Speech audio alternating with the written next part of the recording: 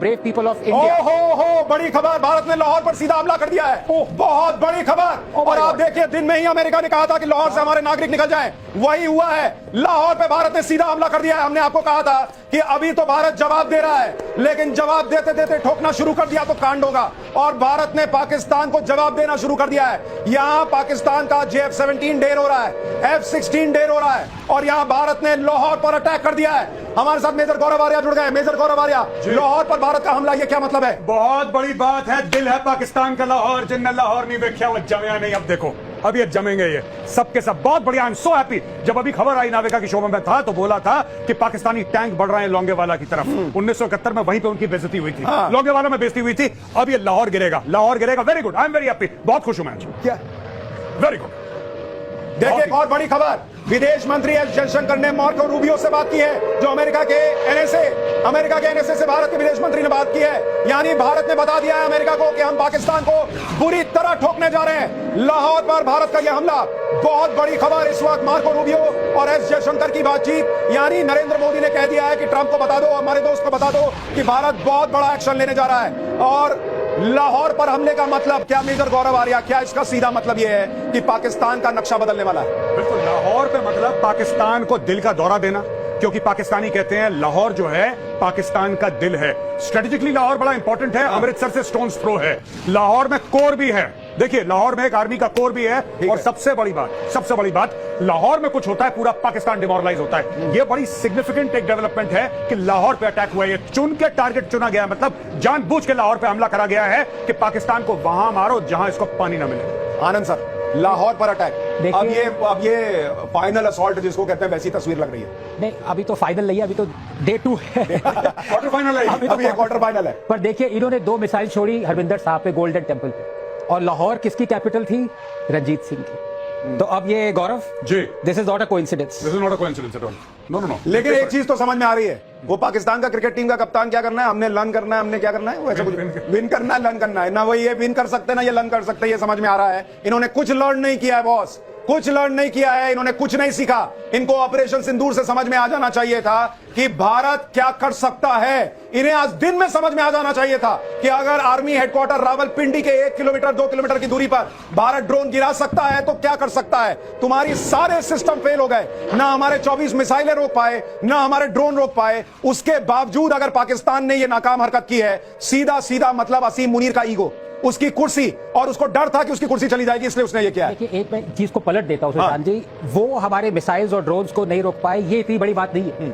हमने उनके hundreds of drones और मिसाइल्स को 100% एक्यूरेसी से रोका है, ये बड़ी बात है। इवन इजराइल राइट नाउ, 1 घंटा पहले इजराइल ने एक्नॉलेज किया है। अब जब इजराइल, जिनके ऊपर दिन में पता नहीं कितने 2500 गिरते हैं, हमारा गिराता है सालों से, वो एक्सेप्ट कर ले कि 100% एक्यूरेसी इंडिया की है। I think this is I congratulate people like Gaurav at the defence armed forces. नहीं, और ये वक्त है कि जब आप अपने घर में आराम से सोफे पे बैठकर ये खबरें देख रहे हैं, देश के जवानों के लिए दुआ भी कीजिए, प्रार्थना भी कीजिए कि सब कुछ ठीक रहे। भाई, ये युद्ध जैसे हालात है, 100% का रेशियो कहीं नहीं होता, लेकिन भारत करके दिखा रहा है। फिर भी अपनी दुआओं में, अपनी प्रार्थना में हमारे देश के हर जवान को रखिए और उनको सलाम कीजिए कि वो इस तरह से रात के इस अंधेरे में हर एक हमले को नाकाम कर रहे हैं। हमारे सहयोगी दिनेश गौतम हमारे साथ जुड़ गए हैं। बच्चे का जन्मदिन मनाने गए थे आप, केक कट गया पाकिस्तान का यहाँ पर। चैतन्य, मेरा बच्चा बड़ा खुश है कि आज उसके जन्मदिन के दिन आतिशबाजी हो रही है। और देखिए, आतिशबाजी ऐसी हो रही है कि पाकिस्तान को उसकी नानी याद दिलाई जा रही है। देखे जरा किसमें कितना है दम, जम के रखना कदम मेरे साथ। बहुत बड़ी खबर, अमेरिका ने पाकिस्तान को हड़काया है, तुरंत पीछे हटो।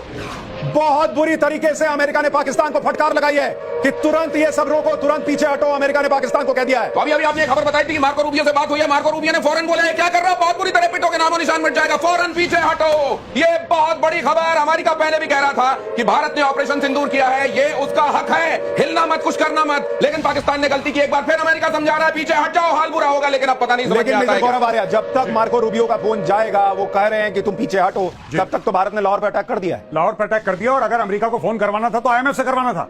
गलत कर दिया खुद फोन करके, IMF से फोन करिए, फट से पीछे हटेंगे और बहुत बढ़िया करा। देरी हुई है, इसमें बचे कुछ ड्रोन भी पाकिस्तान क्या उड़ा देंगे। और नहीं, एक और बड़ी इंपॉर्टेंट बात है सर, चाइना ने, सॉरी टू इंटरप्ट, चाइना ने पाकिस्तान से कह दिया कि हमारी इक्विपमेंट यूज करना बंद करो। हमने अफ्रीका से कहता हमारी काम करती इक्विपमेंट, हमारी नाक कटा रहे हो तुम लोग। नहीं आनंद सर, मुझे तो ये लग रहा था कि अमेरिका से पहले चीन पाकिस्तान को रोकेगा कि मत लड़ो भाई, क्योंकि तुम लड़ते हो, तुम पीटते हो, और पोल मेरी खुलती है कि रास्ते का माल सस्ते में ये चीन बना रहा है। JF-17 किसी को नहीं चाहिए, किसी को चीन का एयर डिफेंस सिस्टम नहीं चाहिए जो ना ड्रोन रोक पा रहा है, जो ना मिसाइलें भारत की रोक पा रहा है। चीन अलग एक्सपोज, पाकिस्तान अलग एक्सपोज। लेकिन सर एक बात बताइए कि कल पाकिस्तान के लिए एक बड़ी खुशखबरी आनी थी, IMF से उसको लोन मिलना था।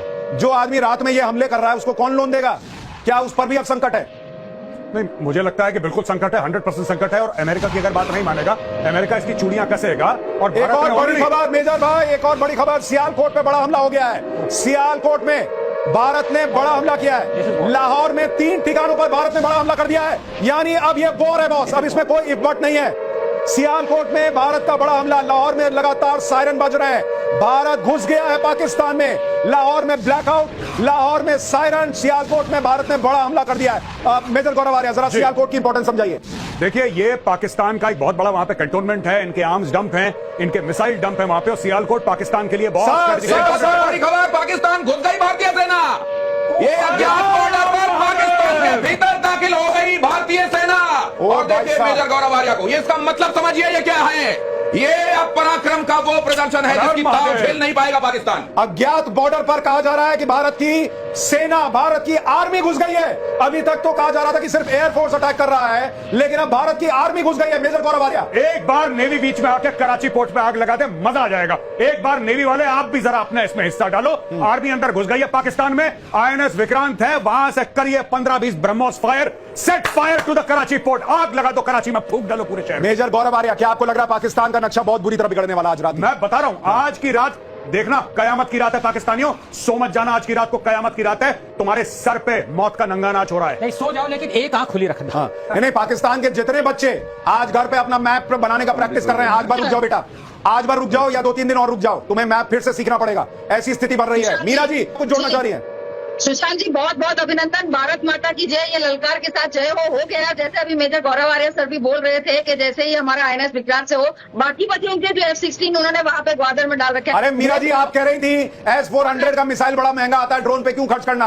अरे भाई, भारत कह रहा है खुला खुला खर्च करो, इनको कंगाल कर देना है, उसके लिए सोचने की जरूरत नहीं है। सुशांत जी, हमारा जो महाराजा रणजीत सिंह का लाहौर है वो बहुत जल्दी वापस हमें मिलने वाला है। बस कुछ गिनती के समय बचे हुए हैं और ये खुशी अभी सभी पूरे भारतीयों पे बहुत जल्दी दिखने वाली है। बस जैसा आपने वही कहा कि हम सब ये प्रार्थना करें कि हमारे जो योद्धा आज ग्राउंड पे भी उतरे हैं, ईश्वर उनकी पूरी तरीके से रक्षा करे, ताकि ये जो काम लेके निकले उसमें सफलता से वापस भी आ सके। मैं 2 चीजें यहां जोड़ना चाहता हूं, 3 चीजें इनफैक्ट, कि इस वक्त देश में नरेंद्र मोदी का जो नेतृत्व है, आपको उसको यहां पर चर्चा में लाना होगा। अनप्रेसिडेंटेड कि इस तरह का निर्णय लेना कि बॉस ठोक दो, घुस के ठोक दो, और ऐसी दुनिया में जहां नरेंद्र मोदी ने दुनिया को कहा कि ये युद्ध का नहीं बुद्ध का समय है, लेकिन इसका मतलब ये थोड़ी है कि सब बर्दाश्त करेंगे। बर्दाश्त की सीमा होती है। नरेंद्र मोदी ने टारगेट रखा हुआ था 2047। आप सोचिए कि नरेंद्र मोदी ने उससे भी कॉम्प्रोमाइज किया कि चल यार 2-4 साल एक्स्ट्रा लगेंगे भारत को तीसरी सबसे बड़ी अर्थव्यवस्था बनाने में या बहुत बड़ी इकोनॉमी बनाने में,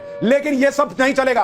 पहली चीज ये, पिछले 10 साल उस आदमी को आपको मानना पड़ेगा भाई। 10 साल भारत की सेना ने जिस तरह से हथियार बनाए हैं, जिस तरह से हथियार खरीदे हैं, आज उसकी ताकत दिख रही है मेजर गौरव आर्या। बिल्कुल अनप्रेसिडेंटेड है। मैंने पिछले, खासतौर से पिछले 7-8 साल में, 10 साल में से पिछले 7-8 साल में जितनी मैंने हथियार की खरीदारी देखी है, मैंने जीवन में नहीं देखी। हर तीसरे दिन अनाउंस, इतने 1000 करोड़ का ये, इतने 1000 करोड़ का ये, हथियारों का इन्होंने अंबार लगा दिया। और ये भी बात है कि 60-70% अब मेक इन इंडिया भी हो रहा है।